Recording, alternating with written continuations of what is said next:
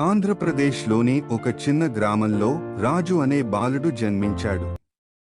అతని కుటుంబం చాలా పేద కుటుంబం. తండ్రి రోజువారీ కూలీ పని చేసేవాడు, తల్లి ఇంటి పనులు చేసేది. చిన్నప్పటి నుంచే రాజుకు దేవుని మీద గాఢమైన విశ్వాసం ఉండేది. ఒకరోజు వారి గ్రామానికి ఒక సేవకుడు వచ్చి సువార్త ప్రకటించాడు. ఆ మాటలు రాజు హృదయాన్ని తాకాయి. దేవుడు ప్రతి మనిషిని ప్రేమిస్తాడు.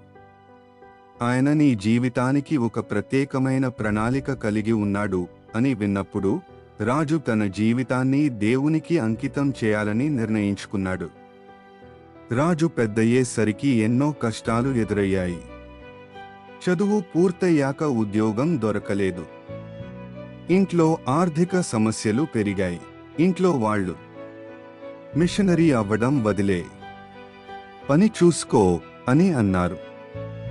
కాని రాజు దేవుని పిలుపు మీద నిలబడ్డాడు. ప్రతిరోజు ప్రార్థిస్తూ, ప్రభువా, నీవు చూపిన మార్గంలో నడిపించు అని అడిగేవాడు. ఒకరోజు అతనికి దగ్గరలోని ఒక గిరిజన ప్రాంతంలో సేవ చేసే అవకాశం వచ్చింది. అక్కడ ప్రజలు చాలా పేదవారు, విద్య లేనివారు. చాలా మంది దేవుని గురించి తెలియదు. పిల్లలకు చదువు నేర్పాడు. అనారోగ్యంతో ఉన్నవారికి సహాయం చేశాడు. ప్రేమతో సువార్త చెప్పాడు. మొదట్లో ఎవ్వరూ అతన్ని పట్టించుకోలేదు. కొందరు అతన్ని ఎగతాళి చేశారు. కాని రాజు ఓర్పుతో, ప్రేమతో కొనసాగాడు. కొన్ని నెలల తరువాత ఒక పెద్ద అద్భుతం జరిగింది. ఒక గ్రామస్థుడు తీవ్ర అనారోగ్యంతో ఉన్నప్పుడు రాజు ప్రార్థించాడు. ఆ వ్యక్తి కోలుకున్నాడు. అది చూసి గ్రామస్తుల హృదయాలు మారాయి. వాళ్ళు దేవుని మీద విశ్వాసం పెట్టడం ప్రారంభించారు. ఆ గ్రామంలో చిన్న ప్రార్థనా మందిరం ఏర్పడింది. అనేక గ్రామాలు మారాయి. చాలా మంది దేవుని ప్రేమను తెలుసుకున్నారు.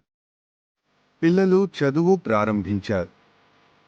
రాజు తన జీవితాన్ని పూర్తిగా సేవకు అంకితం చేశాడు.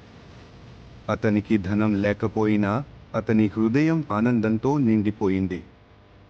దేవుని పిలుపు విన్నవాడు కష్టాలు వచ్చినా వెనక్కి తగ్గకూడదు.